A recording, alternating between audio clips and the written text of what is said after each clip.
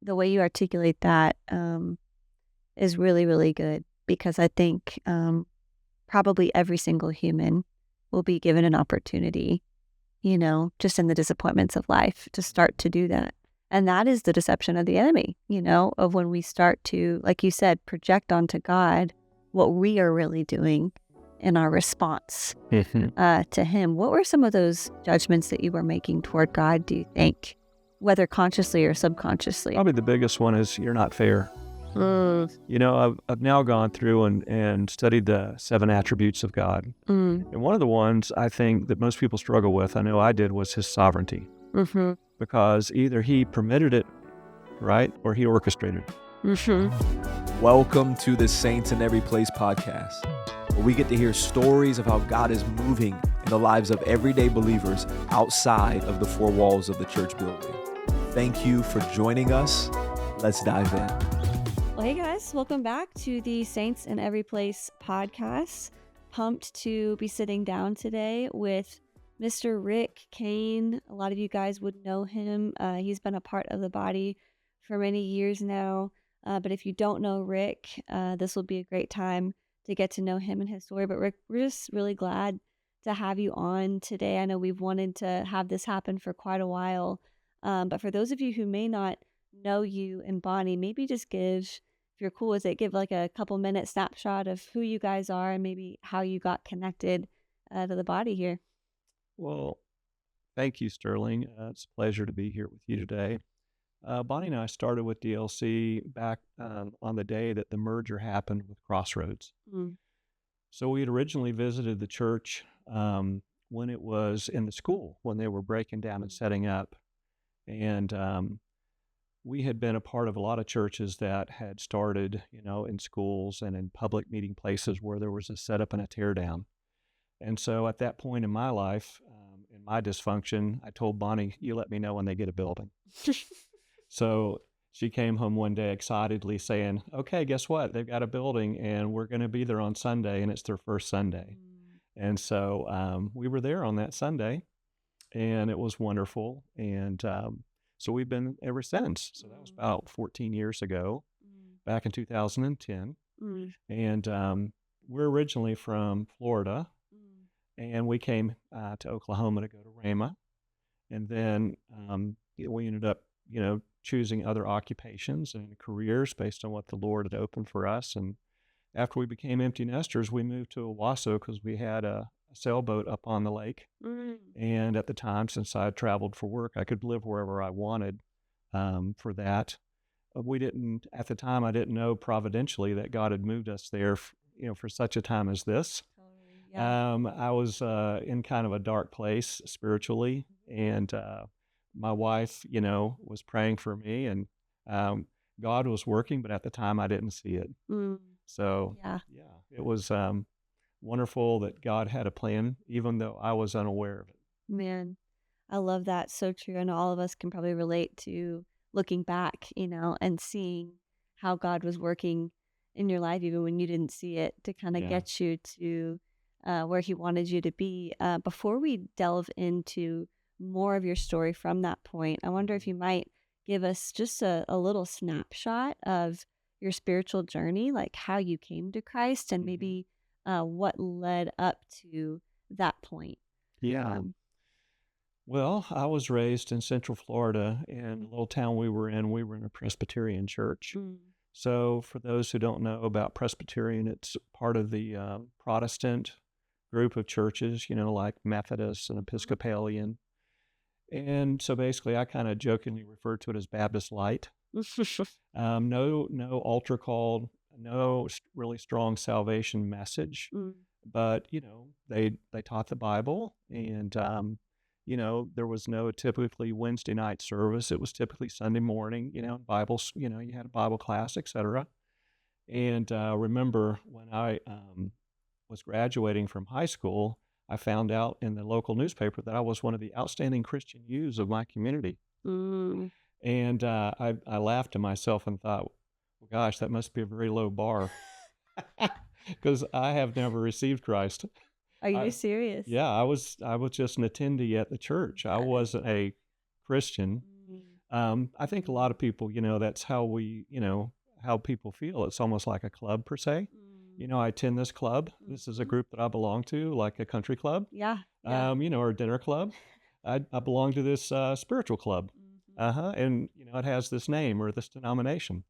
And I guess maybe to a certain degree, that's how I saw it. That's And real.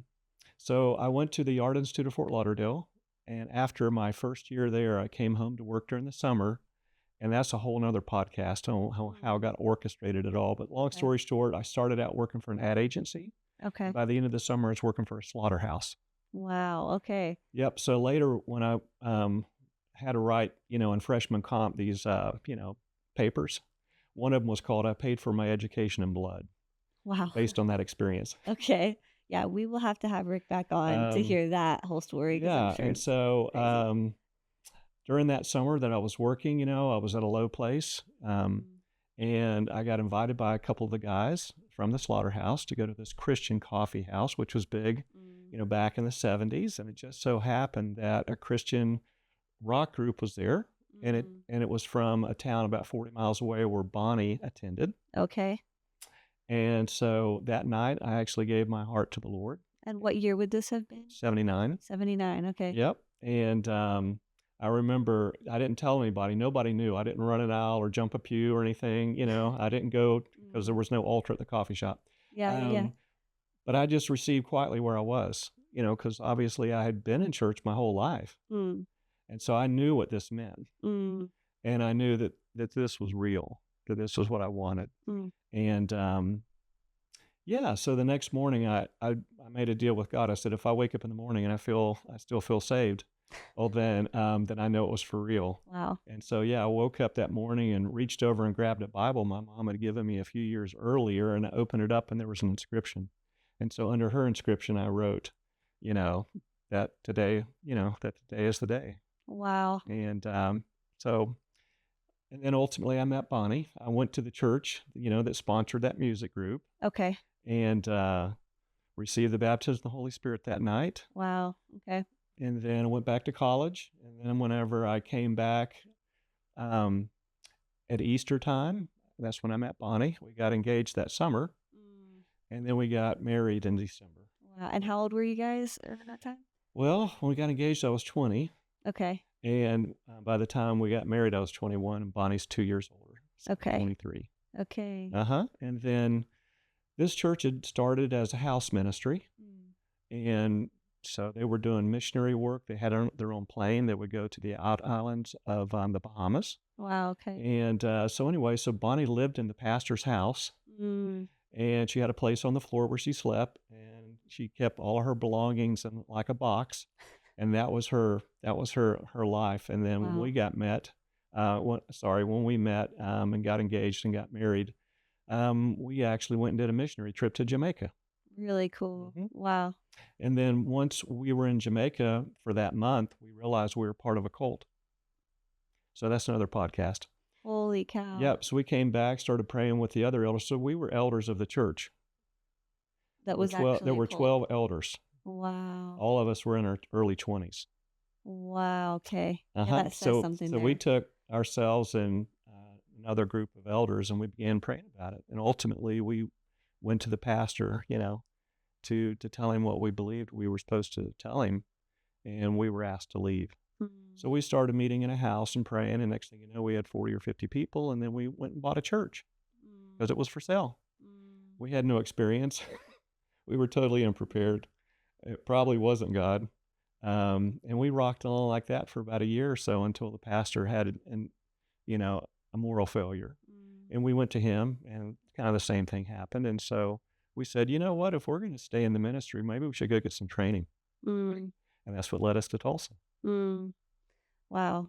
What a wild journey from the get-go of y'all's marriage. One of the reasons why I wanted to ask you a little bit about kind of your story leading up to when God brought you guys to Tulsa and then eventually connected you with Jesse Life is, we'll get into this a little bit later, but I know you have quite a journey in being really healed and delivered from bitterness. But I think it's helpful for people to hear a little bit about kind of where you were what Right. was leading up to that time, because from what you're sharing right there, you can see where as God was doing amazing things in your life, at the same time, um, kind of the failures of people were right there, and you experienced, a genuine conversion, Mm-hmm. what I'm hearing, Yes. but maybe we're introduced to an inauthentic version of what God purposed the church to be, Mm-hmm. like so many people. And that is painful. It is. And so from that point, you guys decide, okay, we need some training. So there's a genuine desire to love people and to minister to people. Right. You come to Tulsa, but where would you say you were um, emotionally at that time? Were you carrying hurt from those situations, or had that not totally set in yet as you came to Tulsa? I think this was during the faith movement. Mm-hmm. Okay. Now, the issue with what was happening in Florida was called the shepherding movement. So the Okay. shepherding movement is Yeah. where, people that may have had independent ministries Mm-hmm. because they weren't accountable to other large organizations, they Mm-hmm. kind of, decided what they felt like the Lord was telling them individually. Mm-hmm. No real spiritual authority there. And Yeah. no spiritual fathers, Yeah. and so because of that, like this pastor, he had never gone to Bible school. He had was in a Methodist church, got spirit filled, and they basically cast him out. So he started a house ministry, Mm. and he went for what he knew. Mm. And in that situation, even though God was working, there was a lot of wonderful fruit initially. Mm-hmm. Later, what happened was he became very controlling, and he decided who was going to marry who, Mm. and who was going to have kids, and all these other things that are way outside his purview. Mm-hmm. And so, once that was brought to our attention by this, minister in Jamaica, we began praying into it, and it's like the Lord revealed, yeah, this is an overreach. This is not, what my intention was. And so, to answer your question, yeah, we were hurt, because now, the very church where Bonnie had gotten saved at 17, Yeah. and Wow. where all of her friends had gotten saved, Mm. including her sister and her brother, and Mm-hmm. all of her friends, because really it was like the Jesus revolution going on in her high school and in that town. Mm. And so because of that, and then with the failure of the next, group, um, we were a little bit disillusioned. Yeah. And on one hand, I really question now, okay, was God telling me I was supposed to be in the ministry? Mm. Because I didn't know every minister is a member, Uh-huh. right? That basically we're all called with the same calling. Yes. And so therefore, I guess I thought it had to be, if I felt compelled to share the gospel, I must need a place to do it Yeah. from. I have to get my paycheck from a church. That was your context. I have Yes. to have a Uh-huh. position, which is so many in the body of Christ. Right. So that's what you were in a genuine desire to minister to Mm-hmm. people. You were pursuing that. Yeah. And of course, later, I felt very hurt and disillusioned because, I dropped out of, art college, which was commercial art, illustration, photography, and design, which is what I loved. Which that's new information for me. I've known you guys a while, but I never knew that, Rick, Mhm. that was a passion for you Yeah. back then. Wow. Yep. And so my college roommate, once again, I'm just speaking based on the results, because you produce work and your work is judged, and some of it makes showcase and some of it doesn't. Some of it went outside the school. So I had things that were on the local TV channels down in, like Fort Lauderdale or Miami. I had stuff that it was winning awards. And yet when God called me, I laid all that aside, just like Jesus said, we're supposed to deny mother, father, brother, set everything down, for the excellency of Christ. And so my college roommate, who smoked weed with one of the professors, ended up, being a ad agency guy for Coca-Cola in Atlanta. Wow. And so, to a certain degree, I was like, okay, God, could I have done both? Could I have served you and had a Yeah. career? I Yeah. didn't know that was an option. You didn't know that those gifts and talents were from him and could Right. be used for him. Correct. And that makes sense based on kind of the paradigm that was prevalent in the body of Christ at the time. Like you're talking Yeah. about, it was this paradigm that there's sacred and there's secular, Uh-huh. and not that really saints are in every place, just like we're, talking about on this podcast, and that you Right. can be used for the glory of God wherever He's called you. And that is heartbreaking, but at the same time, beautiful to see how God's brought such clarity, obviously, now on this side of the journey. But that makes sense based on, what you were hearing at the time and what you would have been Yeah. around. So at this point, when you guys had come through, all of that church, I say church hurt, but really more just hurt by people's flesh, not really the true church, um, and you guys came to Tulsa. How old would you have been at that point? So that would have been 1982. It was July of 82 when we arrived in Tulsa. Okay. Now, there was another hurt involved in that because the guy that used to fly their plane had come along with another group, and they'd already gone to Ramah. So they were the ones who were here inviting us to come. Okay. And he said, if you'll come, you can stay with me and my wife until, you find your own apartment. And then you can get enrolled in school, and we'll help you find a job and all that. So we spent 6 months in preparation. And of course, our parents thought we were crazy, because I had no job. And once we left Florida with all of our earthly possessions, we had a small, our first daughter. And here we are leaving with no job. Well, when we got here, we found out Bonnie was pregnant. Oh my God. With our second child. Oh and then the people that we were coming to move in with, they had a young daughter, and they were in a 2-bedroom apartment. And when we arrived with all of our possessions is when he told his wife that we were moving in with them, even though he planned on this for 6 months.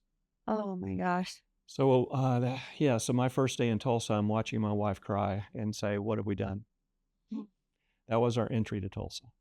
Wow. So, I would tell people, I would be like, "Yeah, I'm angry at God, but I think I have a good reason," because I could list all the disappointments. Well, the sad thing is I think my view of God was that once I come to Christ, He is going to take care of everything. I will not have to walk through anything. So I was wholly unprepared, for trials, tribulations, the world, the flesh, the devil. Yes. I wasn't prepared for any of that because I thought the Word will overcome it all. Jesus has already defeated everything, so therefore I'm just going to walk in victory. Yeah. I was not prepared. Which was a partial truth, just not the full truth. Jesus is, we know, seated and reigning, but there was no theology of suffering given to you that says you're going to have to walk through. Well, and at DLC, it talks about it's a safe place to grow. Yes. Most churches were not a safe place to grow. Yes. And this was the first church we had ever been a part of where they talked about your healing journey, actually getting healing. Because most of the churches, we wore masks. Yep. Be like, "Well, how are you, sister? Or how are you, brother?" "Oh, I'm fine. How are you?" "Well, I'm blessed." "Are you blessed?" "We're blessed." "We're blessed. We're blessed. We're all blessed. Everything's great. I'll pray for you. Be warmed and filled. Yep. All right, we'll see you next week. Yes. And I think, as you mentioned earlier, probably a lot of that came as a result of that, the faith teaching that was so popular that really saw any real vulnerability as a sign of doubt. Like if you're real about the pain in your life or what you're walking through, that you really must not trust God. Exactly. And so that is what creates, that culture that says we've got to put on a mask and nobody can be real. And my family experienced a little bit of that in the church that I grew up in, and it is heartbreaking. So that's the culture that you're in. You move in with this couple. You've got this growing list of disappointments with God.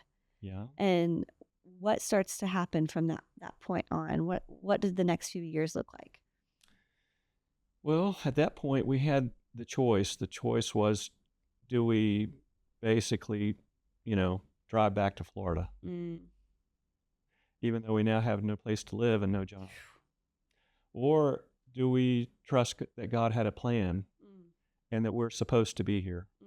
So we went with option, 2, that God had a plan. And so, another couple moved out with us that were part of the ministry, both ministries. And so we all moved out together. I enrolled at Ramah 3 times and enrolled for housing and was accepted all 3 times, but I never went. Wow. The reason why is because at that time, all the people that I was interacting with, whether it was at work, Mm. whether it was, people that had already come that were people that Bonnie knew from the previous church. I'd never met them. They were gone before I arrived. And even the couple that came with us, Mm. we just experienced there was just something off. We knew something was off. I couldn't put my finger on it. I didn't know what it was. But then ultimately what I saw was all these people getting divorced. Wow. There was every single one of the people, both at the church in Florida that we left and the ones who were here, all got divorced. Every single couple, all the ones who went to Rhema. Wow. And so I just said, okay, God, I may not know everything, but if I have to pick my family over my ministry, that's an easy one. Wow. I'm picking my family. Yeah. Because how can you have a ministry if if I've lost my family? Yeah. And so, today most people would be like, well, duh. I mean, we all know that. Back then, that wasn't such an easy call Yeah. because you saw people that had chosen the other. Yeah. And unfortunately, I had met a lot of those people where they had left, big, well-paying jobs and expensive homes and all to come here, but their family wasn't on board. And so because of that, there was a lot of family hurt and wounds and things going on, but they just pushed it down saying, well, this will work out. And it didn't. Mm. And it They didn't see family as their first ministry. Exactly. It was a dichotomy that was created. Wow. Heartbreaking. So you're seeing that fruit and you say, okay, I Yeah. think I'm going to make sure and put my family first in the midst of all this. Well, and since I had gone to the Art Institute, Mm-hmm. it wasn't like I had a 4-year college degree that I could just go work, a white collar job.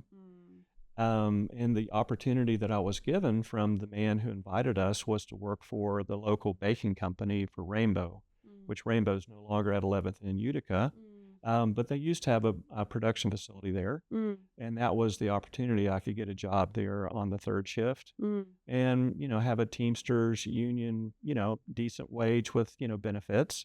And then I would be able to go to school during the day. But ultimately, I never went to school.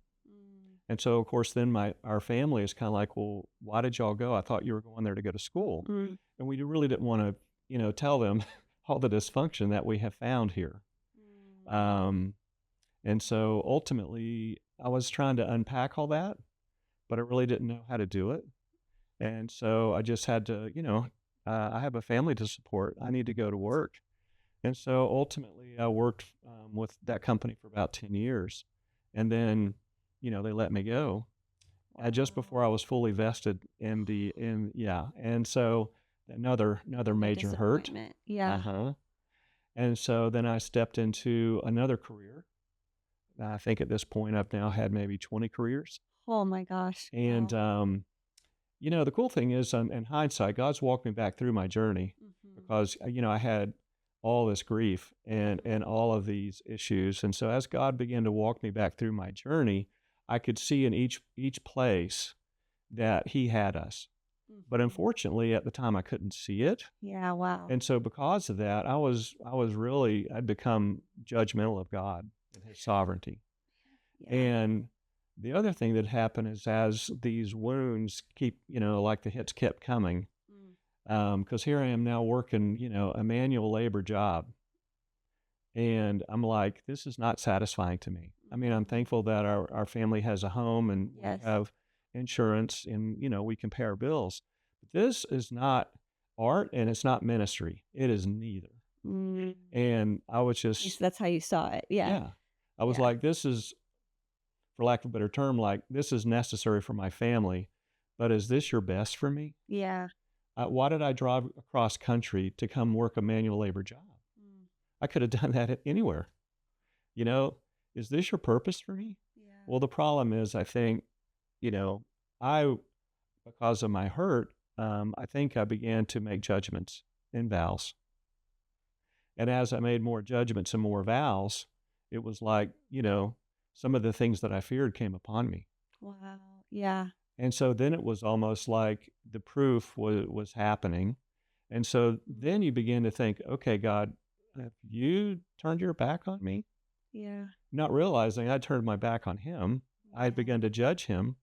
And so, it was like I was projecting onto him what I was feeling. That is such a reality for so many of us. The way you articulate that is really, really good because I think probably every single human will be given an opportunity, just in the disappointments of life to start to do that. And that is the deception of the enemy, of when we start to, like you said, project onto God what we are really doing in our response to him. What were some of those judgments that you were making toward God, do you think, whether consciously or subconsciously? Probably the biggest one is you're not fair. Mm, I've now gone through and studied the 7 attributes of God. mm, And one of the ones I think that most people struggle with, I know I did, was his sovereignty. mm-hmm, Because either he permitted it, right, or he orchestrated it. mm-hmm. And for me, I was like, well, why would you do that? You're a good God, and none of this is good. So therefore, these are two irreconcilable things. Mm-hmm. A, I'm experiencing that which is not good, and B, you're allowing it. So I don't know how, that's the reason why I said you're not fair. This isn't fair. Mm-hmm. Well, in hindsight now, I can see how that as we'll go through the story, you can see how that God redeemed it all. It was all taken care of. Mm-hmm. But at the time, because I was so wounded and angry and I had pulled away, and so I wasn't seeing it. I wasn't feeling it. I wasn't a part of it. It was in spite of me, not because of me. Mm. And ultimately, God was working through me because, the one thing I know about God is that we are going to spend eternity with him, and he wants us to have the character of Christ so that when we see him, we are like him. Wow. And the only Yeah. way for us to be like Christ is to have suffering in this present age. We have to put it all out there and trust him because he is sovereign. Yes. And you know what? That doesn't come easy. You have to put skin in the game on that one. That's a tough one. True. Been So there. true. Yeah, America doesn't want to hear that. No, that is not a message. Western theology message for today Yeah. that people want to Wow. hear. But I'm telling you, if we look at the history of the church, and if we look at, what's going on around the world today in countries where there is revival, Mm-hmm. these are the very people who we would say are living in awful conditions who are praying for us, that our eyes would be open. So true. So true. That's a whole nother That's a podcast. whole nother one right there. Recently, one of the podcast listeners told me, do you realize in every episode you say that's a whole nother message about 5 times? And I was like, I didn't realize that, but it's true. Because there's so much there in every person's story to unpack. And that really is a whole nother one. But this is already so rich, Rick, and so good. So just to kind of continue on with the story, you said you found yourself now at this place where you're working this manual labor job. Mm-hmm. Again, you've got this list of disappointments with God, judgments toward God. You feel like he's basically totally abandoned you. You're trying to figure out, are you even with me? Am I even in your will? Mm-hmm. Walk me through what started to happen from that point to the point where God connected you to Destiny Life. Well, not in any particular order, but something I just remembered that I wanted to share was that, Yeah. Sometimes you go for what and so we know that if you raise up a child in the way they should go, when they're old, they won't depart from it.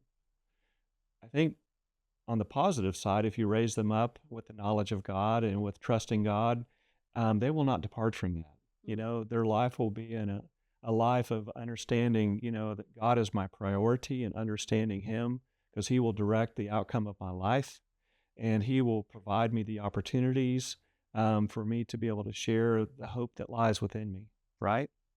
Because that's the Great Commission, go into all the world, and share what God has done for you, share your testimony. That's how we overcame him, right? By the blood of the Lamb and our testimony. But I think in my situation, I also saw a disparity in my parents.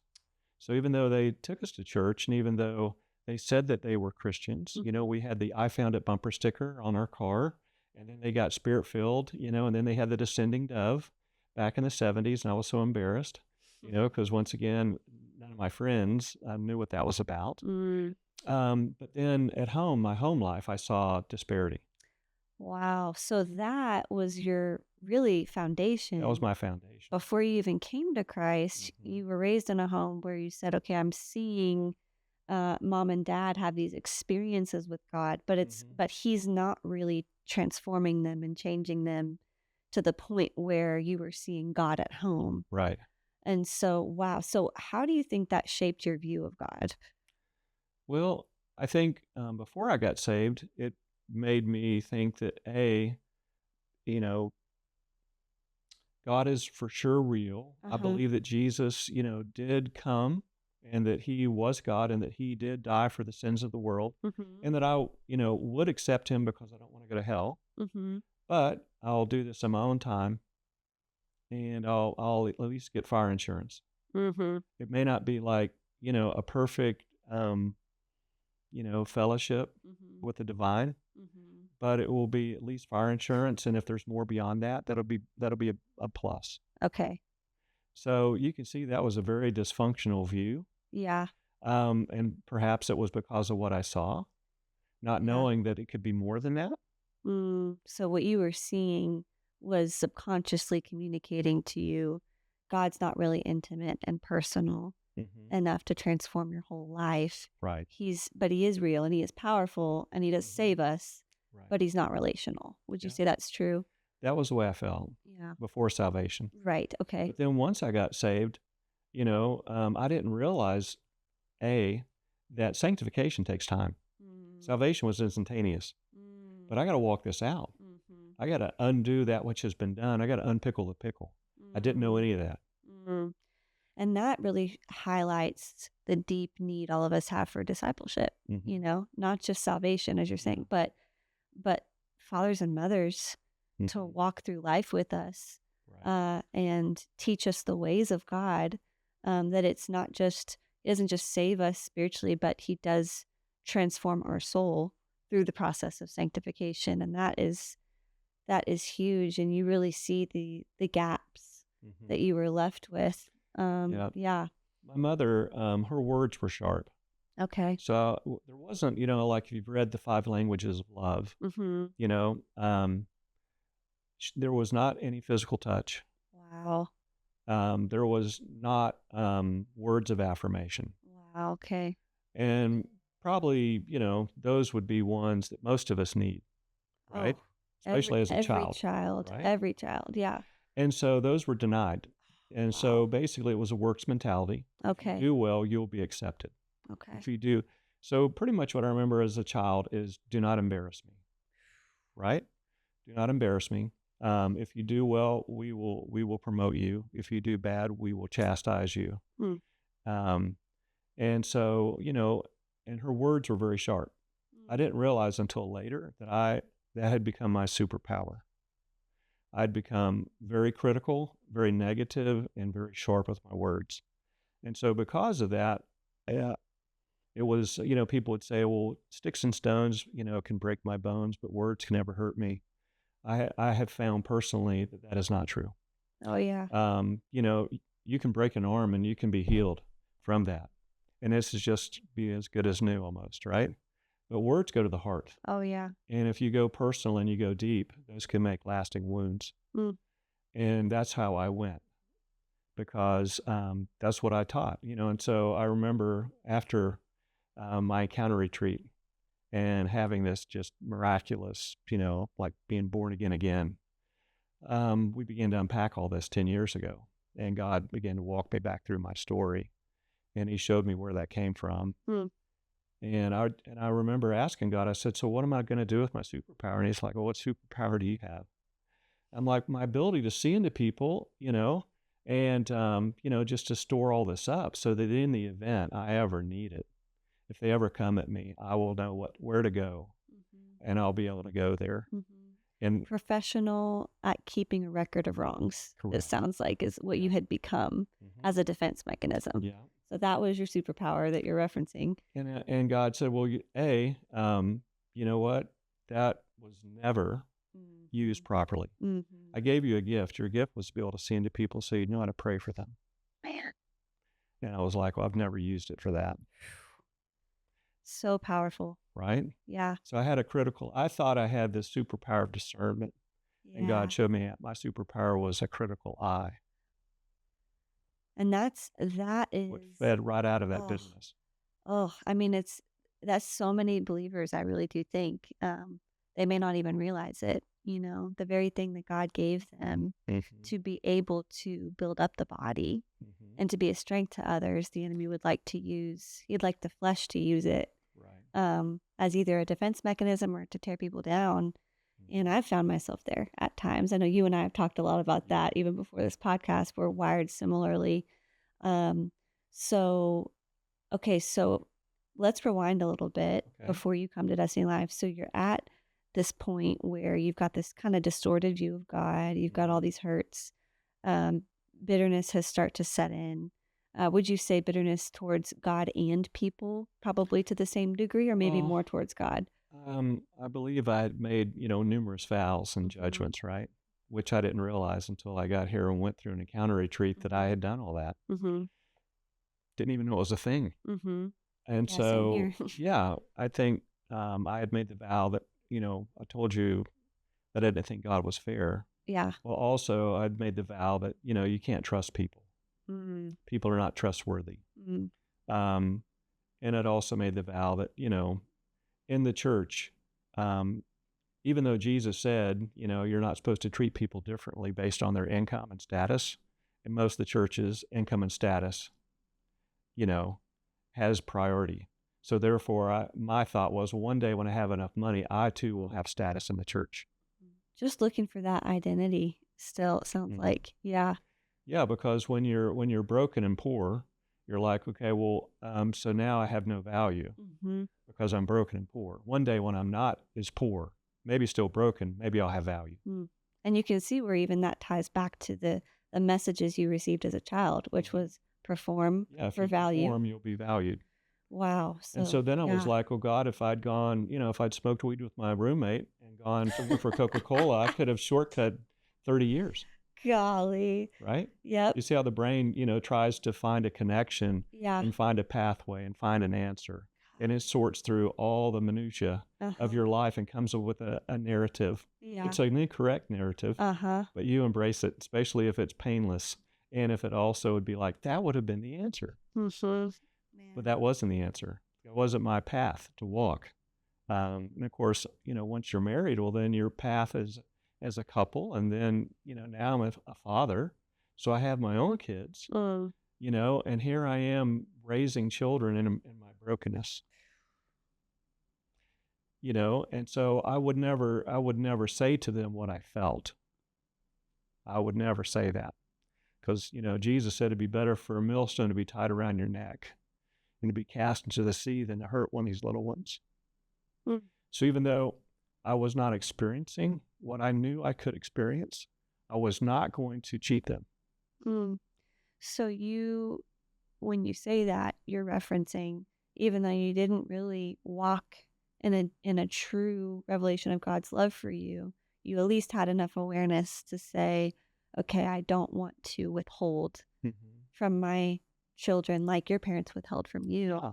Wow. So talk a little bit about what a little bit more maybe about what your family dynamic was like at that time, maybe your relationship with Bonnie, your relationship with your kids. It sounds like you were, like you said, aware enough to try to give them the love that you didn't get.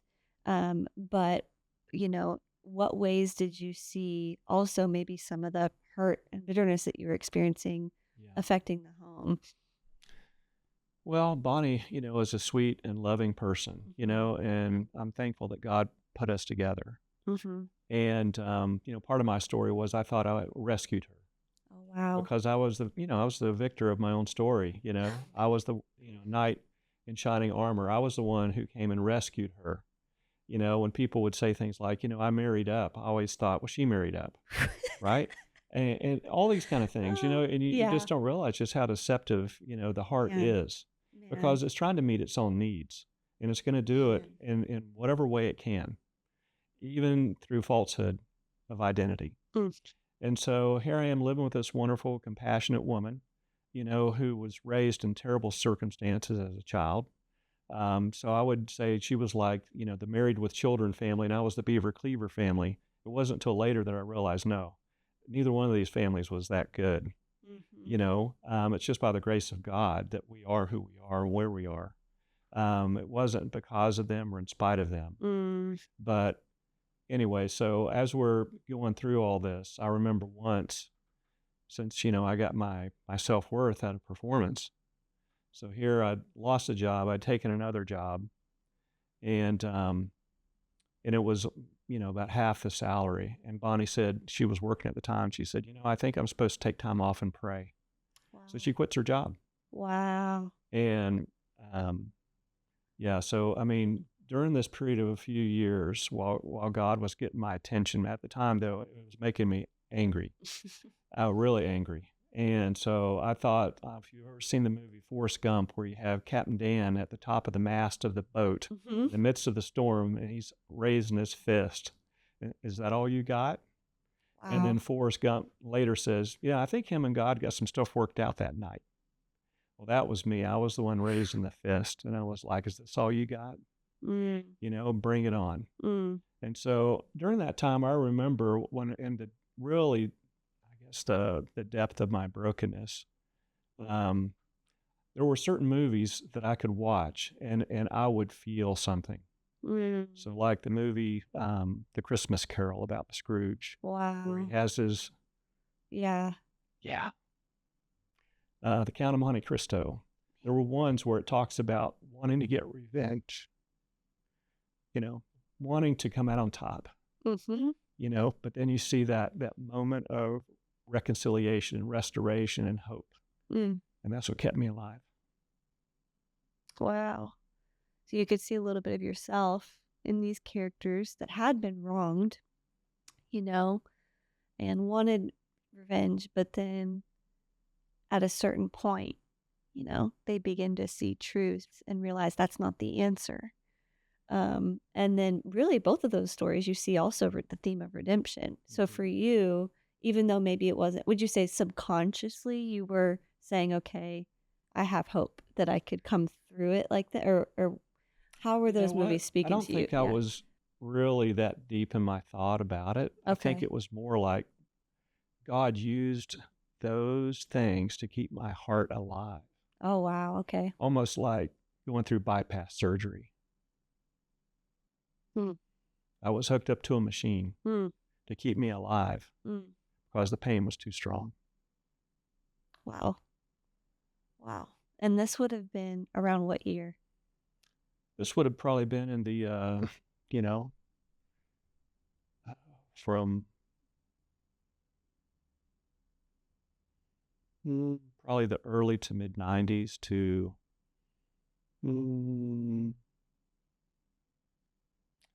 probably 2014. Wow. So long season. Now during that season though, I remember once, here we are again at, in between jobs or whatever. And for the first time, somebody brings us some groceries. And they would just left them on the front, step of our home. And I remember on one hand being embarrassed. Oh, yeah. But then when I opened them up, I realized they'd cleaned out the back of their closet. These were all out of date and dented cans. And that's when I said to God, you know what? If you don't know how to take care of my family, I do. And if that means I don't go to church anymore and I go back to school and get a degree, that's where I'm headed. We'll see you later. Wow. It's heartbreaking too, because you can see your genuine love as a father for your family, which was something God gave you, but then a deep distrust of God as a father for you. And man, it's like I feel that as you're sharing that, like what that pain must have felt like at that point in your life. So walk me through. I heard you say earlier that God was getting your attention. Can you walk me through from this point into the years where God would connect you to Destiny Life? Were there other things you could see that God was using to get your attention as he prepared you for what you're about to encounter?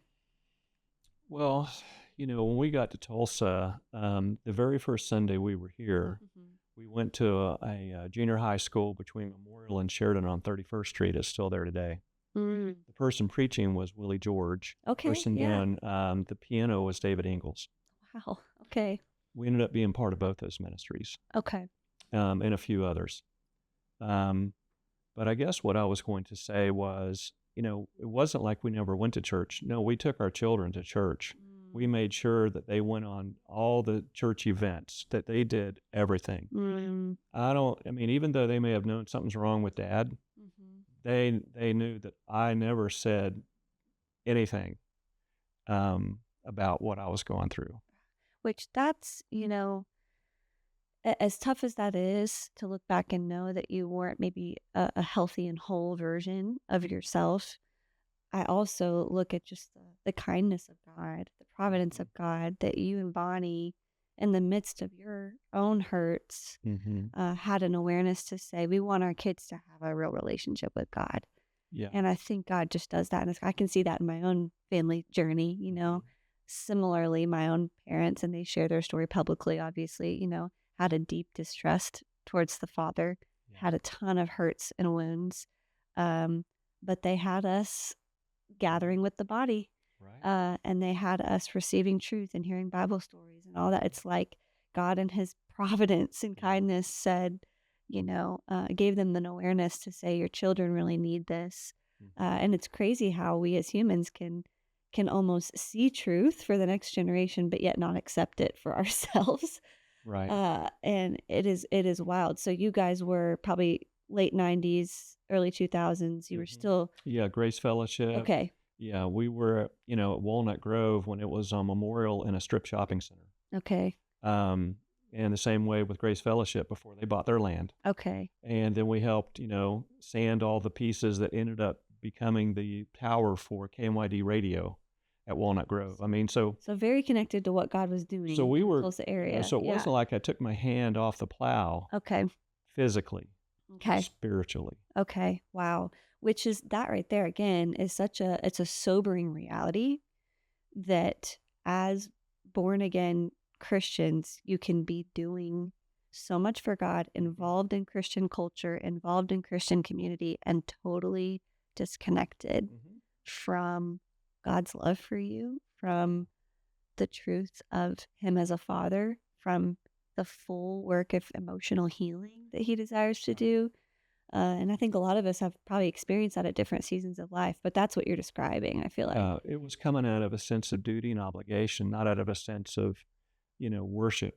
Yeah. And a way to just say, I'm doing this out of my heart because I love God and this is what I'm called to do. Yeah. I was doing it because it needed to be done and because it was the right thing to do, not because I had any emotion about it.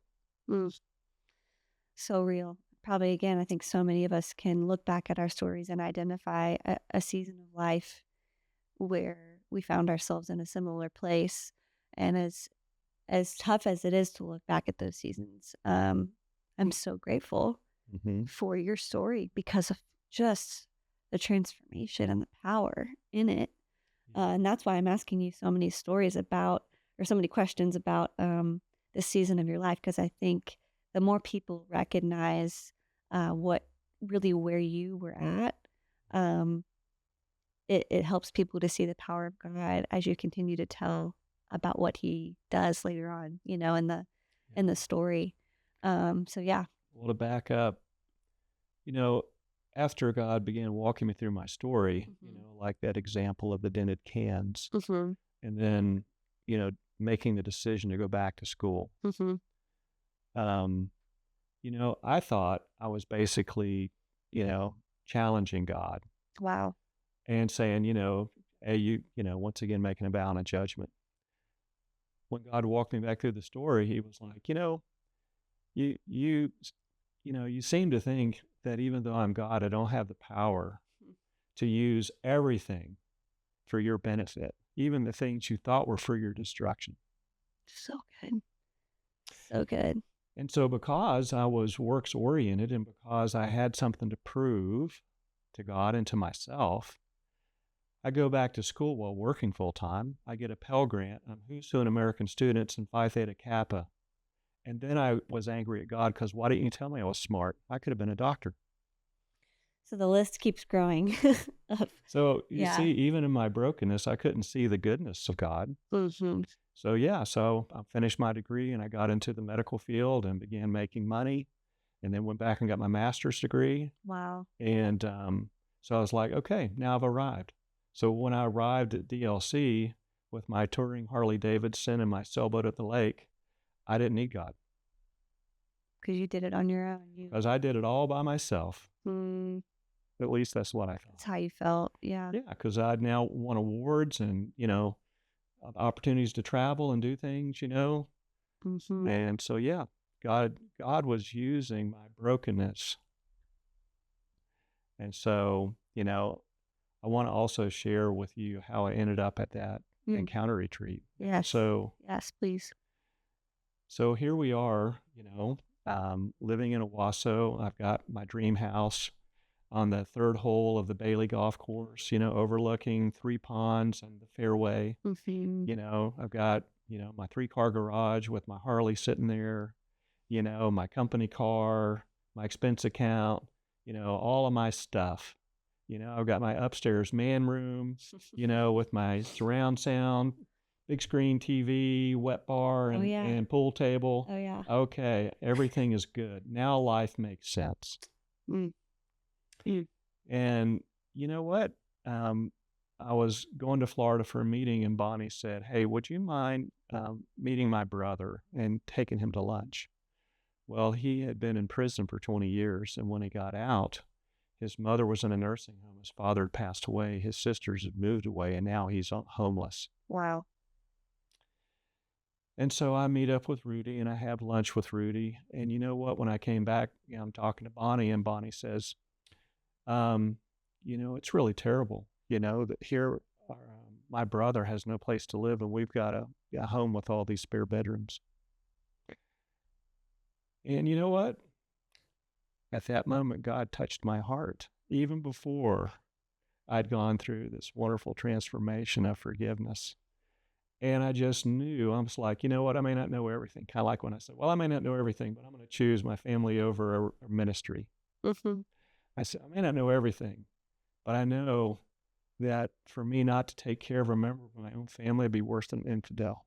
Mm. And so I'm going to petition the state of Florida that they'll release him to us. And petition the state of Oklahoma that they allow us to take him because he's still under probation. Okay. Wow. And then my dad had Alzheimer's, and my sister basically said, I'm beyond the point of being able to help him. Either you come get him, or he's going to go in a home. And so we went from being empty nesters to having 2 grown men dependent on us. But you know what? God used that. Oh, yeah. He used my mercy gift against me. Isn't that just like God? I didn't even know I had any mercy. Wow. I decided I didn't have any. Wow. Yeah. And so because Rudy came, I told Rudy, I said, you know what? You need to go to 101. If you will go, I will take you. I don't need it, but you do. When we finished 101, I said, Rudy, you need to go to the encounter retreat. I don't need to go, but you do it. And if you'll go, I'll take you. Jehovah sneaky. God working. That's how he got me there.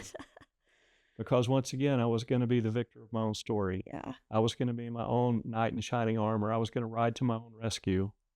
And God's like, yeah, we'll see about that. We'll see. Yeah. God is so kind. And He I is. love that, man. He is, Wow. I would say we play checkers and he plays chess. Man, so good. We're looking at the next move, and he's got the whole board map. Oh, yeah. Man, I love that. Perfect analogy. So you take your brother-in-law through 101, and then you get ready for this encounter. Would you say through the Christianity 101 process, you were still pretty shut down in your heart thinking, yeah, this is all for him? Or were there certain things that God was starting to touch on in your heart leading up to the retreat? Well, what's interesting is when we first came to DLC, which was in 2010, I remember being invited by somebody named Dusty Smith. Okay. Shout out Dusty Smith. Yeah, I didn't know Dusty at the time, or Terry. Yeah. And he was the one teaching 101. Okay. And so he personally invited me to come to 101. So I came to the first night, I looked at the materials, I read the table of contents, and I threw it in the trash, basically. I don't need this. I already know all this. Now let's pause right And there then and 4 yeah. years later, here I am again.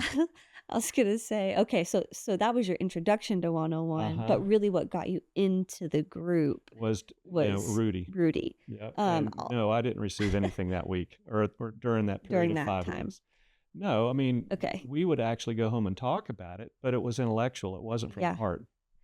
I'll just say right there, I think every believer's lying if you say that you've never experienced a moment in your Christian journey where you've looked at a certain truth and thought like, yeah, I already know that, or like I don't really need that because I want to move on to Yeah, I want the deep things I of want the God. deep things. And I think that there is and I've certainly been convicted in this area as well.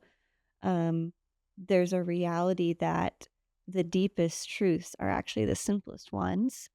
And if we ever feel like we are beyond those, that is an indication that self-righteousness and pride has started to grow in your heart. I've been convicted of that of many times on my journey. And it's not to say that we have to pretend like we don't know something that we already know intellectually, but the truth is yeah, like I said, I think the deepest and most powerful truths of the Christian journey are the truths found in Christianity 101.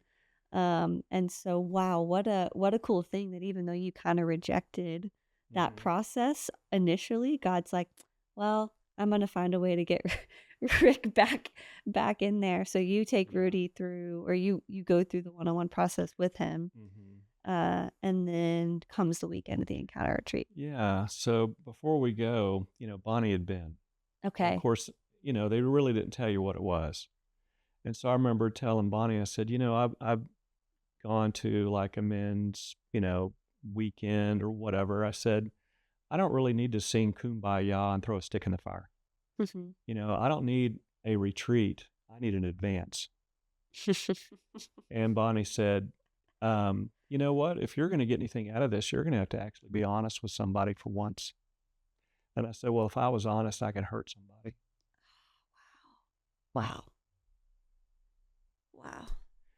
And she said, some people see the glass half empty and some see the glass half full. Which do you think you are? And I said, I don't know. And she said, I don't even think you see a glass. Man, and what a beautiful thing that even in the midst of this, your wife makes me emotional. Yeah, thinking about the way that God was preserving her through this process. Because I know you'd probably say this, but Bonnie probably had every reason to shut down her heart towards you. And to a certain degree, she did. Wow. But the Holy Spirit's still using that conversation. Still using She was words. scared to tell me. Wow. Because she knew I could come after her. Wow. I was not a safe place for her. Wow.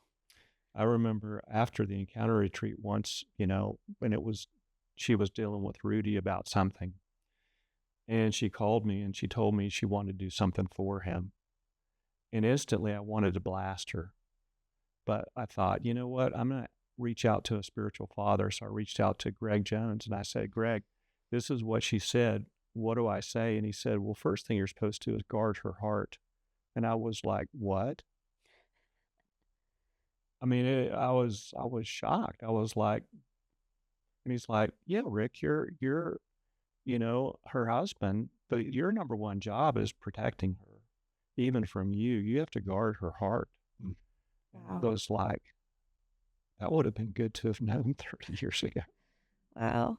Because I was not a safe place. Wow. I told it like it was. Today people want to get on social media and blast people anonymously. Me, I told you to your face. Unfortunately, it was just as bad. You can see where a passion for truth comes from God, but in an unhealed soul, it becomes a defense mechanism. It becomes sharp, hurtful. bitter, Yeah, judgmental, angry, hurtful. I think a lot of Christians walk around blinded in that area thinking, I'm doing, the Lord's work by being able to rip everybody to shreds with a critical spirit. And, and maybe they're convinced that their motives are to help people see truth, but I think it's this story, I think, is a good reminder for every believer to just stop and let the Lord shine a light on their heart to say, where is that coming from? Yeah. Is it really from a place of true love for people? And I can certainly relate to finding myself at times on the journey of, being deceived Yeah. in that area. And the Because the Lord heart is saying, man, deceptive. yeah, yeah, We don't know what's in our heart. yeah, 100%. And I think for me, one of the things God pointed out is, why do you want mercy, but you want judgment for everyone else? That's an uneven measure. Why don't you ask for judgment for yourself? Man, so good. So good. So you and Bonnie had this conversation Yep. where she says, remind us again what she said to you before the retreat. Well, that I was going to have to be transparent. I was going to have to let somebody actually in. And that's when I said, well, if I told people how I really felt, I could hurt somebody. Now, did you say that because you were afraid that your anger would, Because to me, transparency meant I was going to let it out. let the anger out? I was going to tell them how it was, which means, because of my past, it could be personal, pointed, angry, judgmental, basically I went personal, I went deep. So if you're pointing out what's wrong in me, just remember, I've been observing you and taking notes. So I know where your weak spots are. Let me tell you about them. Yeah, this is where you're inconsistent in your words, deeds, and actions. This is what you said. This is what you meant. This is unbiblical. This is unscriptural. Let's rip you apart. How you like me now? Well, and I used to make a statement. It was a funny statement, but it was because of brokenness.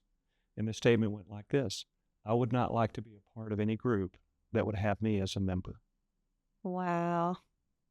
It's a good way to put people off and to make people back off.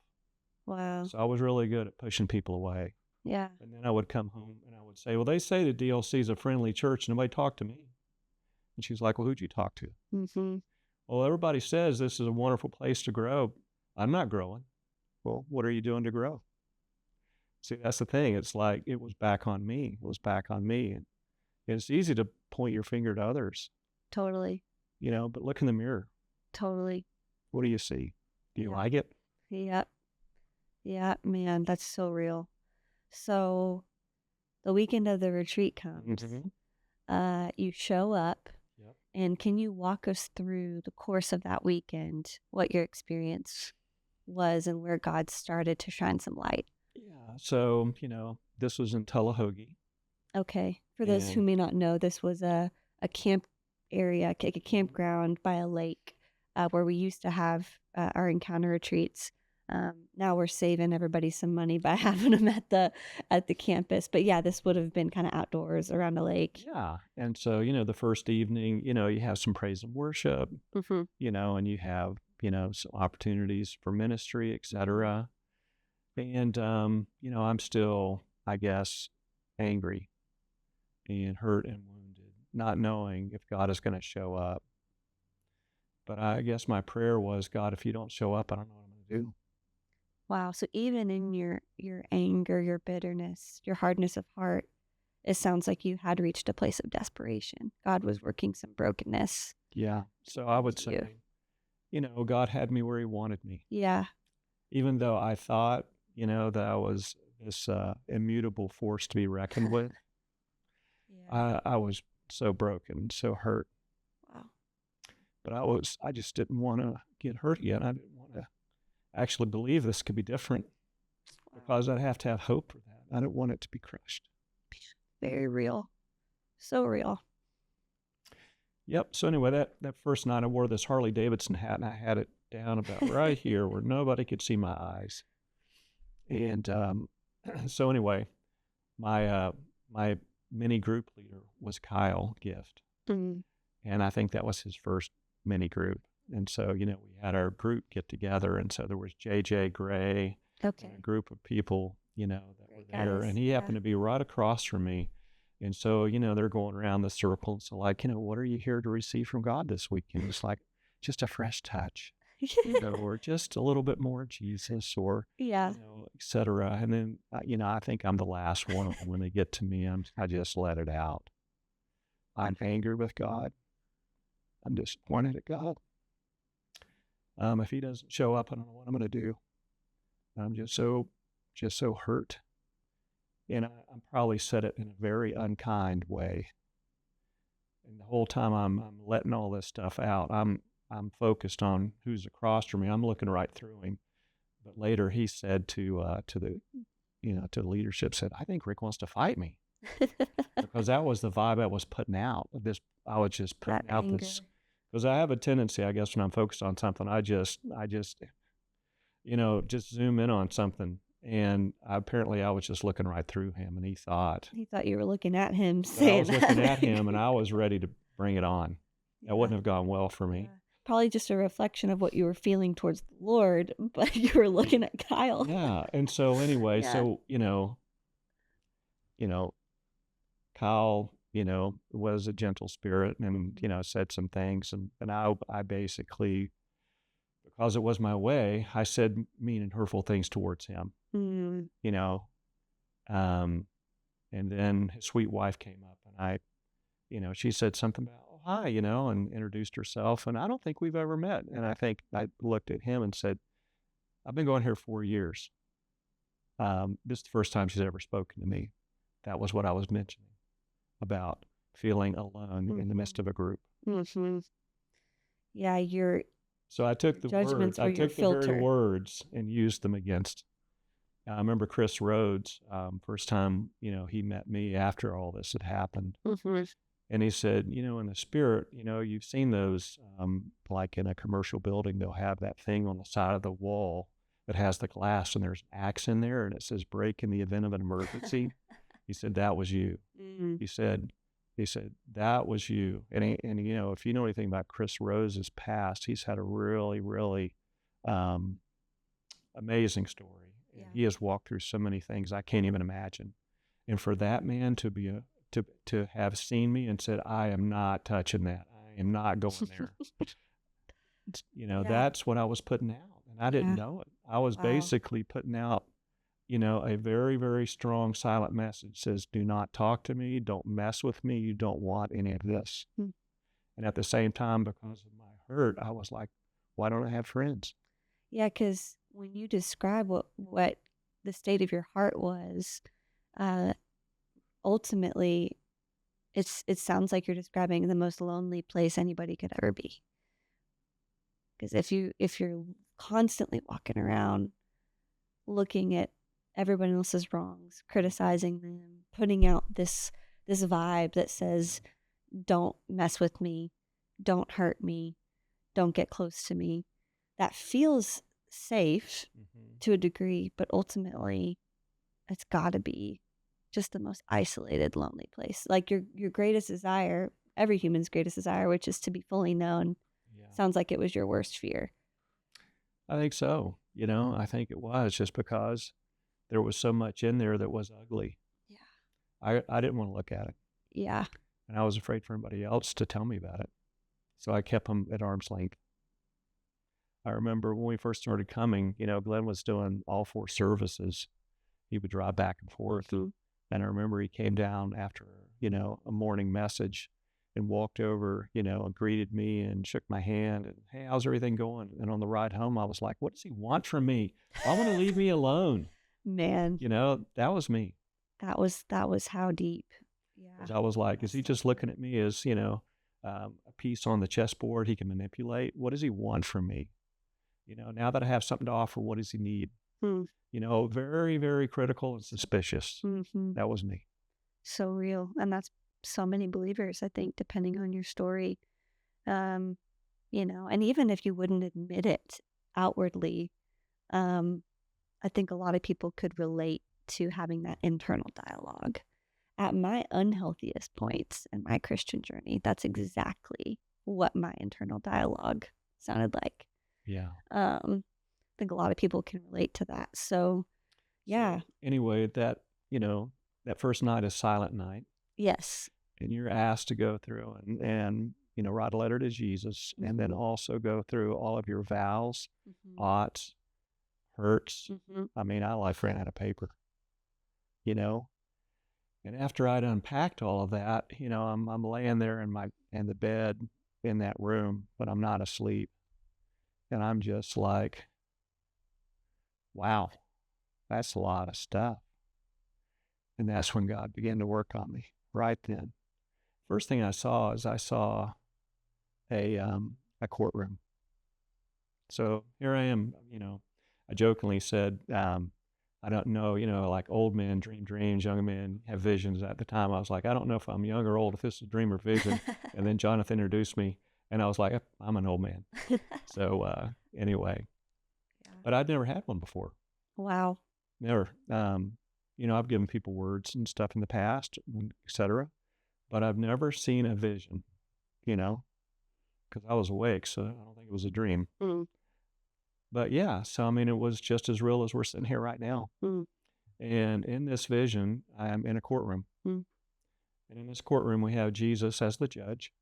We have the pastor, the original offender, that basically, if you'd say, who was the person that offended you? Who hurt you?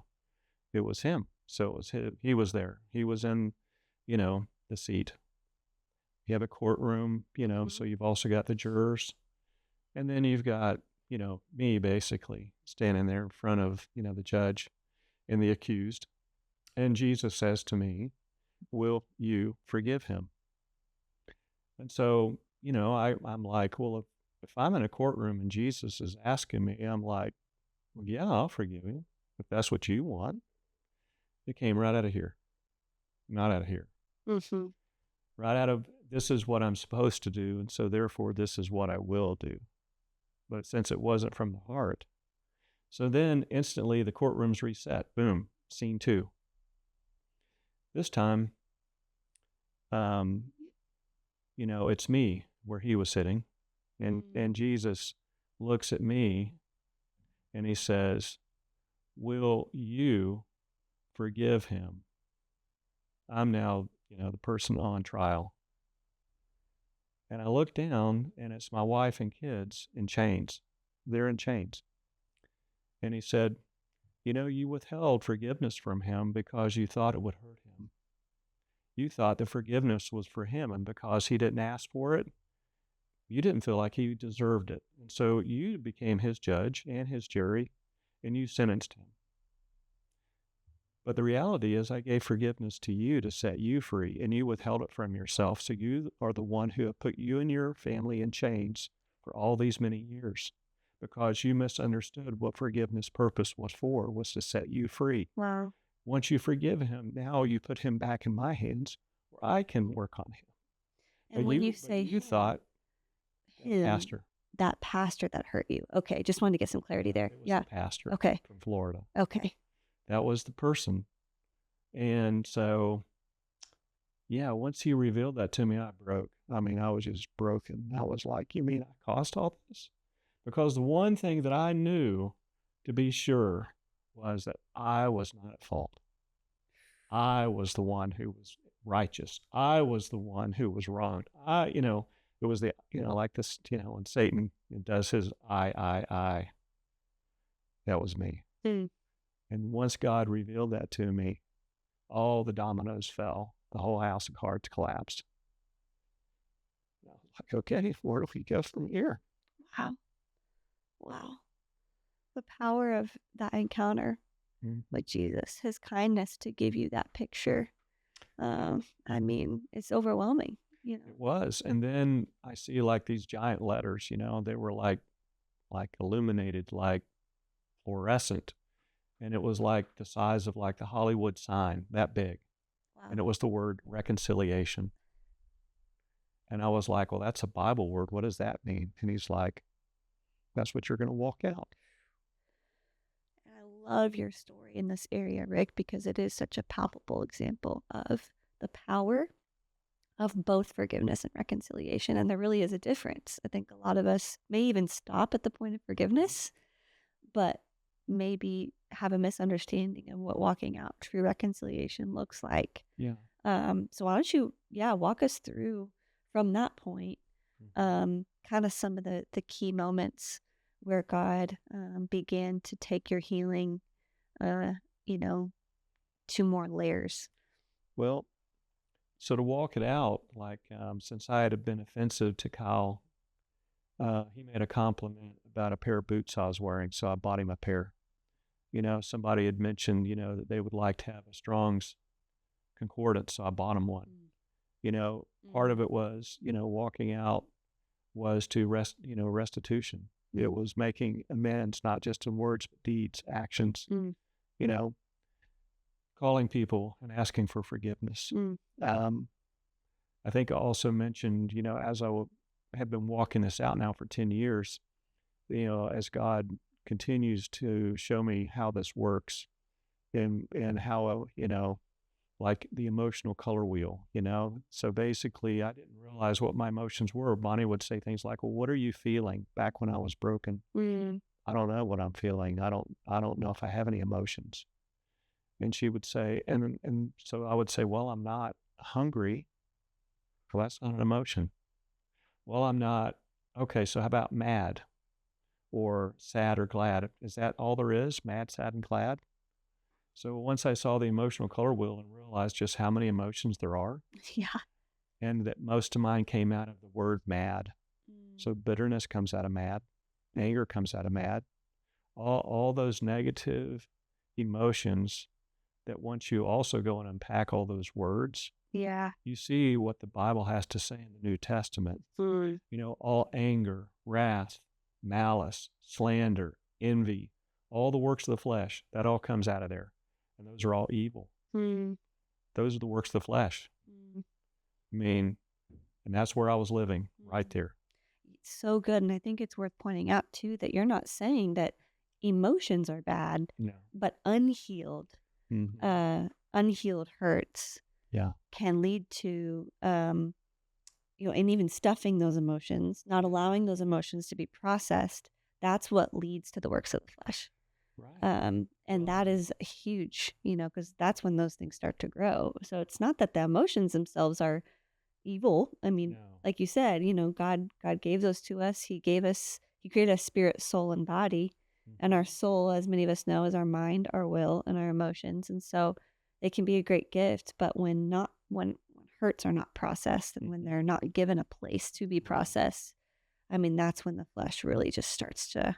Well, and as a man, I remember, thinking that emotions were something that women had.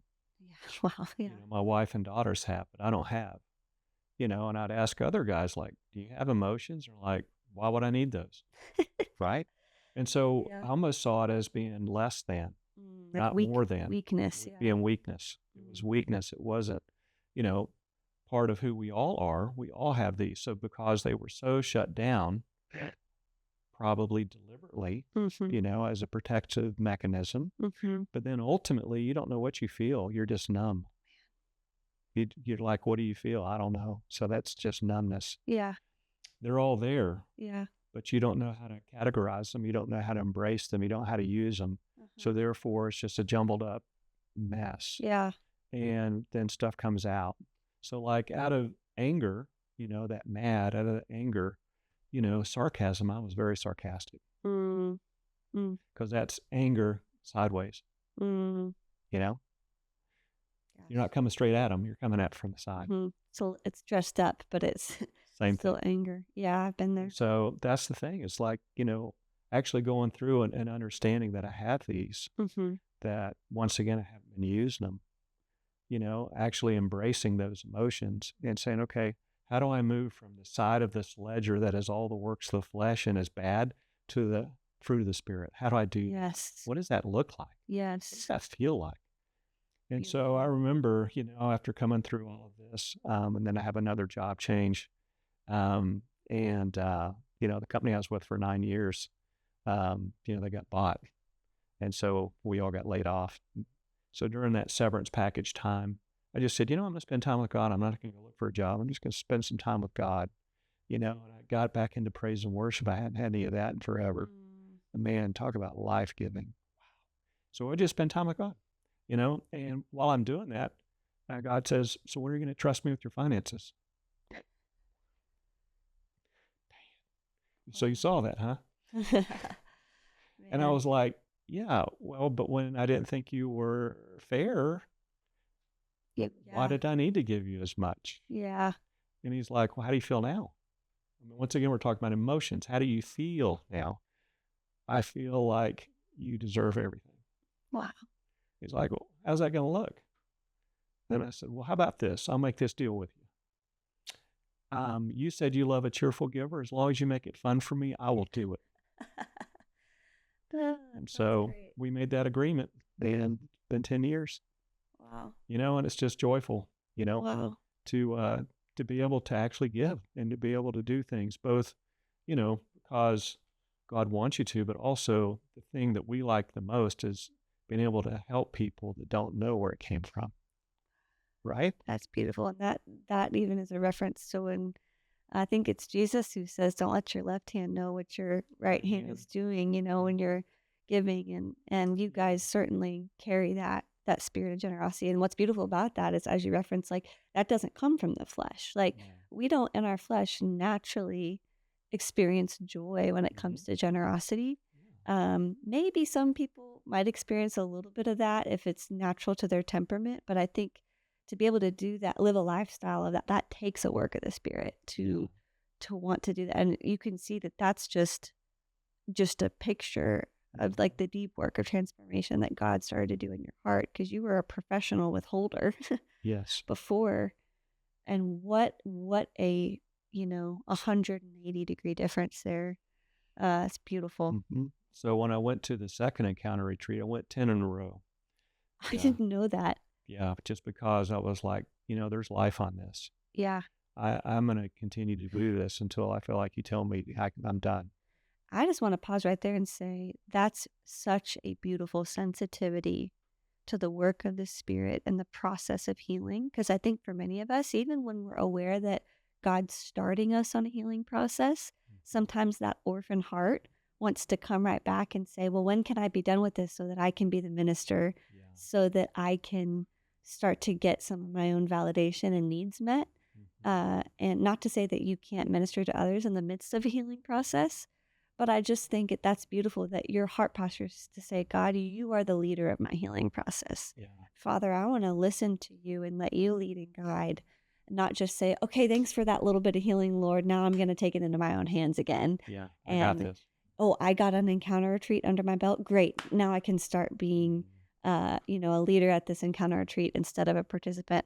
When the reality is none of us ever really stop being a participant in those retreats, even when you're going on the other side. So I just wanted to say, like, beautiful example of sensitivity to the Lord. Yeah. Well, when I came back from the first encounter retreat, I thought, okay, wow, Bonnie's going to be so excited. The man that she's been praying for, right? The man that she married is back. Yeah. And so when I get home, she'd already heard. So she knew. She didn't go to the encounter just so that it could be me there and not have any concern about her being there. And so when I get home, to share with her what God had done, in my mind driving home, I'm thinking she's just going to be excited, and it's just going to be like, honeymoon time again. Like, wow, we're newly married and it's wonderful. Yeah. And that's when she shared basically that she'd been wearing, the spiritual pants in the family for a long time, and that she doesn't know how this is going to look because she doesn't know what unbroken Rick looks like. And so that's when I knew this has to be walked out, because I have to rebuild trust with her. I haven't been a safe place. And, and so I remember Bonnie saying to me once, she says, you say that you were different, and I believe, that you had an experience, but I can't trust you. But I'm going to give you an opportunity. I'm going to tell you something. And if you ever use it against me, if it ever comes up, then we'll reset the clock and you go back to zero. Yeah. Thankfully, I never did. Wow. And thankfully, we've been moving forward. Wow. And thankfully, it's been wonderful. But what happened is because of, I guess, God's, his plan, his grace, his mercy, within 6 months, Bonnie felt like I had gone past her spiritually.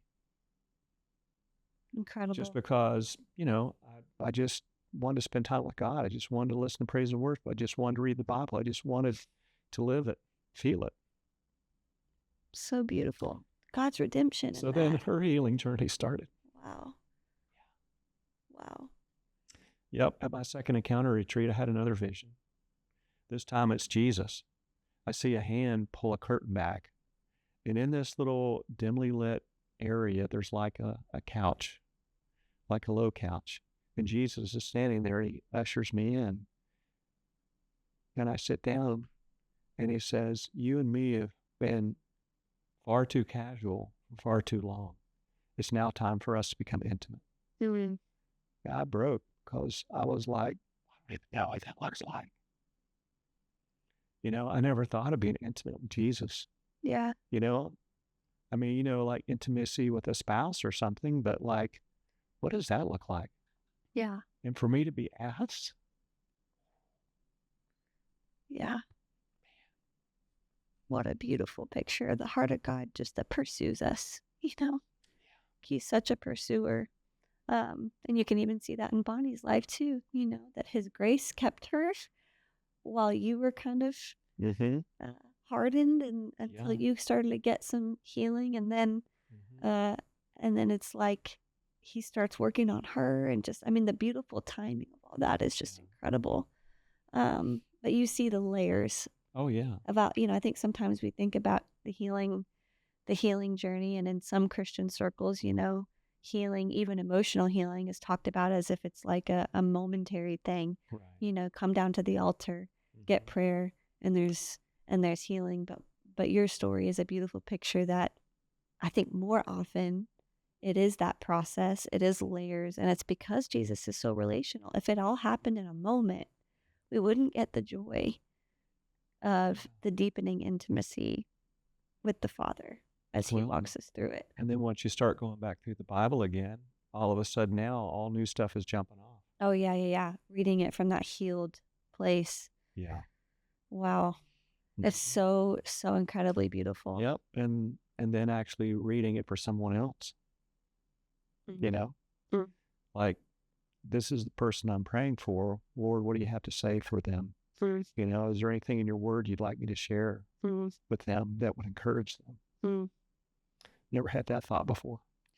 That's a whole nother experience, and that is a picture of how that is the natural overflow of a heart that's receiving the love of the Father. That you can't separate the two. Like when you start to encounter the true love of the Father, there is just that natural overflow that says, how do I begin to show this love to other people in my life? And it's beautiful. As we wrap up today, maybe can you touch on once more just a little bit about how you have seen God's redemption in your life and relationships as he's begun to heal you of all that bitterness, all that judgment, maybe some of the power of restitution there, because restitution's not let me make up for my wrongs to earn back people's love. It's just a response to what the Lord is saying, needs to be done in the process of reconciliation.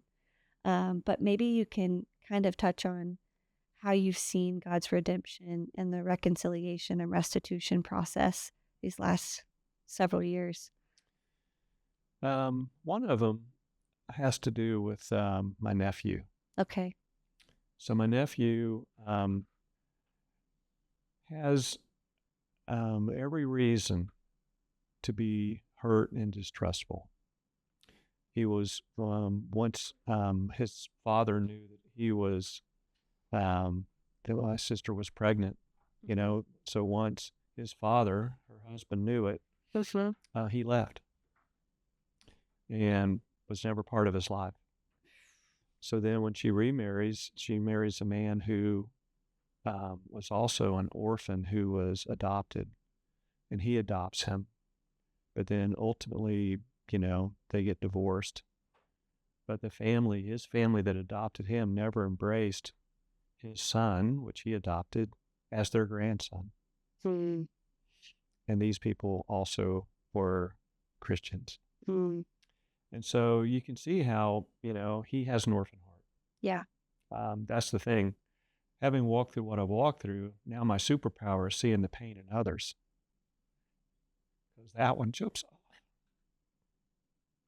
Yep. If you're angry, hurtful, distrustful, oh, I see you. Yeah. So anyway, if you're a person who feels like they've been rejected in life and been hurt in life, Yeah. well, then to protect your heart, what you do is you reject others so that you reject them before they can reject you. Mm. And what he will say are words like, "You're dead to me," or "You're no longer part of my family," because that's what he's felt. Mm. And so I remember hearing from my sister that he had said that about us, about me. And when I heard that, my old propensity would have been, okay, let me pull out the files and let me go through Kind of retaliate. all the things I've done for you and what you have said, done, or what, And in that moment, the Holy Spirit spoke to me and said, you don't have to be offended. An offense is like something laying on a table. You don't have to take it up and make it yours. Wow. If you leave it laying there, you won't have any emotion about it. You won't feel any rejection, any pain, or anything associated with it. I'm like, what? Wow. I mean, it's that easy? I don't have to take it? No. So what would you say to him, knowing what he's going through? I was like, okay, next time I'm in Florida, we're having time together. And I went to him and I said, you know what? I have been an awful uncle. I haven't spent time with you. I haven't loved you. I haven't been there for you. But I want to tell you, I'm proud of you. Wow. The man you become, the father you become. I just want you to know I don't deserve to be in a relationship with you, but I want to be. Beautiful. And what's so cool about that too is, an unhealed heart could find excuses or even reasons why your relationship with him was just fine. You know what I'm saying? Like you could have excused away, well, I'm your uncle. I don't have to spend X amount of time with you, or I don't have to, but through the lens of Christ, you were able to see where you really had fallen short in some areas. And just where his hurting heart was and what his needs were. And I think that's a beautiful picture for even parents that are walking through a healing journey. Parents lay down their lives for their kids to provide for them. But sometimes even in the midst of that, there's still gaps. Yeah. And it doesn't mean you're a bad parent because there was a gap where your kids maybe didn't feel, that you were there for them. But as you're more healed, you're able to embrace and own what the Lord is telling you to own. Yeah. And the power of that is so huge. So you express this to him. Yeah. And our relationship's great. So what was his response in that moment? I think it was, there were tears. He's a big guy. I mean, this guy's, like 6'1". He could probably bench press 450. Beard down to here, tattooed all up. Wow. He broke him. Wow. Beautiful. Just the love of the Father. When you were coming into that situation was no spirit of self-preservation, but out of the forgiveness and the healing that you received, you were able to say, hey, this isn't even about me. I just want to express the love of Christ to you. Right. And even validate his pain. Wow. Well, and they didn't go to church. And my sister, was praying for him. So the next time I was down, we had some guy time. And I said, one of the things I feel like I want to share with you is you need to know your family history. So I began to tell him about his granddad and his great-granddad and how that they loved God and they served him. And I said, what God is doing in my life and what God is doing in your life, how that, you have this spiritual history and identity that you're unaware of. Mm. But I want you to know, and I began to ask him some pointed questions. Do you ever see in other people things? Mm. Let me tell you where that comes from. Mm. Do you know that you use it for protection, but it's not for that? Mm. We were on the same journey. Wow, same thing. Wow. Yep. So now they're going to church. Wow. They've encountered, sounds like his conversation with you was probably, I don't want to put words in his mouth, but it was probably one of the first genuine examples of the love of the Father. And how that opened the door is just so beautiful. And you begin to see how when one generation embraces the healing journey, just the process of redemption now affects other generations. Yeah. And like his heart's open at an earlier age than even yours. And I'm sure you've got 10 more stories like that of just family relationships, Yeah. brother in Christ relationships, work relationships that have seen and experienced this transformation in you and just how God's used it.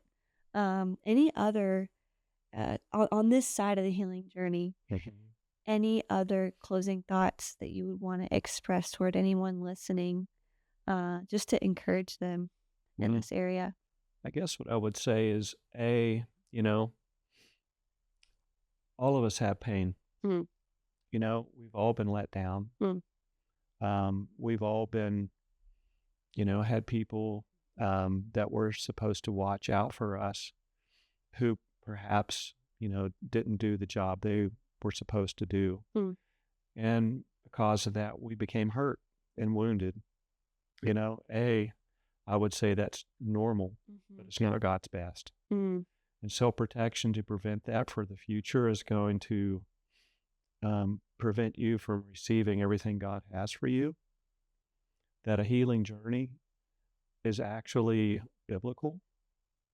And the other thing about a healing journey is, on the other side of it is so sweet. Mm. For me now, I look at healing as being something that I embrace. I want it.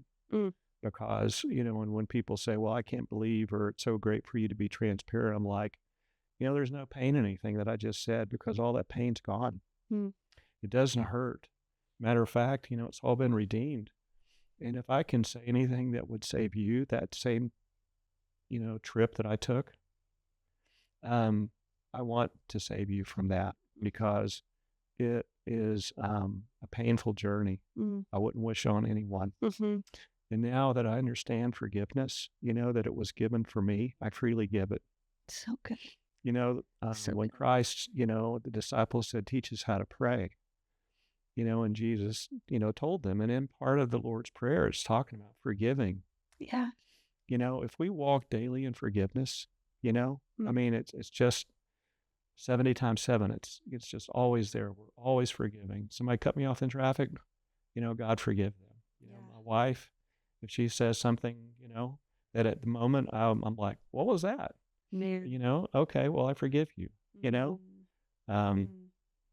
So anyway, after I spoke on that Sunday morning, just so happened Ann Gift was there. And my daughter and my youngest granddaughter had driven up from Dallas to be there.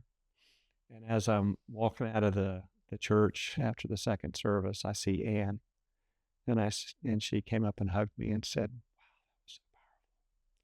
And I just said, well, do you forgive me? Oh, man. Beautiful. Yeah. Beautiful. Yeah, that's the power. That's the power of God. Power of forgiveness. Man, Rick, thank you so much for just opening up your heart and your life today. Our heart and our prayer is that whoever's listening would just be able to just be encouraged wherever they're at, on this healing journey. But you being able to open up your life so freely really is the most beautiful picture of the power of healing. Because as you said, you're able to share, not that you're not tender, you're connected to your story emotionally, but you're not stuck in the pain of it. Yeah. And that is really the most beautiful picture of a healed heart. I've seen some people that have walked through some tremendous pain and they say they're healed, but they never talk about it. And I think it would be just worth mentioning, like you mentioned earlier, that we really do overcome by the blood of the Lamb and the word of our testimony. And if there really has been true healing, like you said, you are you're able to talk about it. You're able to share. And so I just want to say again, thank you. And shout out to Bonnie as well. Yes, shout out to Bonnie. Yeah, who's very much a part of this story. Yeah, so thank you again. And for everybody listening, hope you're blessed. And we'll see you at the next episode. Once again, thank you for joining us for the Saints in Every Place podcast. We hope that you were encouraged and inspired to see God at work in and through your life, wherever He's placed you. We'll see you next time.